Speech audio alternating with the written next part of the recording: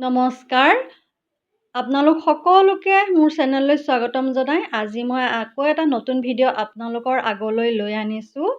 চুলিৰ যতনৰ বিষয়ে দেখুৱাব ওলাইছোঁ। এয়া নিমপাত হয়। মই ঘৰৰ বাগানতে এডাল নিম গছ ৰুই লৈছিলোঁ। তাৰে পৰা পাত কেইটামান ছিঙি ল'লোঁ। নিমপাত চুলি আৰু ছালৰ বাবে বহুত উপকাৰী হয়। মাজে সময়ে খালেও ভাল হয় আৰু বসন্তৰ কাৰণেও বহুত ভাল হয়। মোৰ ল'ৰা ছোৱালী যেতিয়া সৰু হৈ আছিল ঘৰৰ দুৱাৰমুখত মই বসন্তৰ বীজাণু নহ'বৰ কাৰণে মই দুৱাৰমুখত বান্ধি থৈছিলোঁ।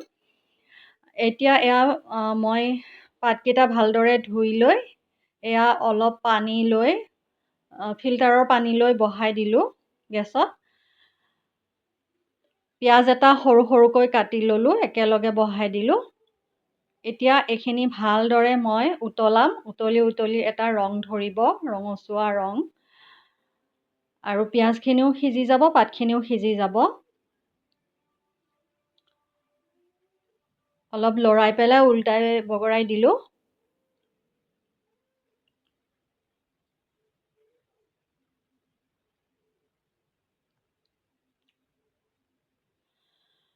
এতিয়া মই এটা বাতিত ভালদৰে চেকি পানীখিনি উলিয়াই ল'ম, ঠাণ্ডা হ'বলৈ দিম। ঠাণ্ডা হোৱাৰ পাছত মূৰত মই কেনেকৈ লগাম দেখুৱাই দিম এতিয়া আপোনালোকক।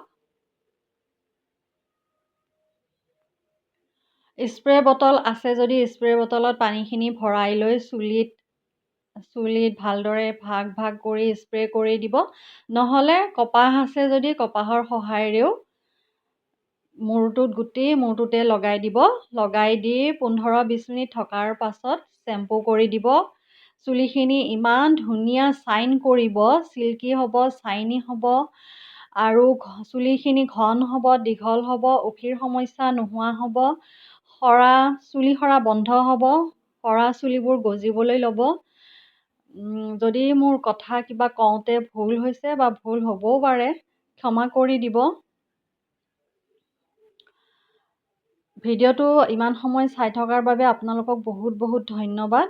ভিডিঅ'টো চাই লাইক কৰিব, কমেণ্ট কৰিব, ছাবস্ক্ৰাইব কৰিব। ধন্যবাদ।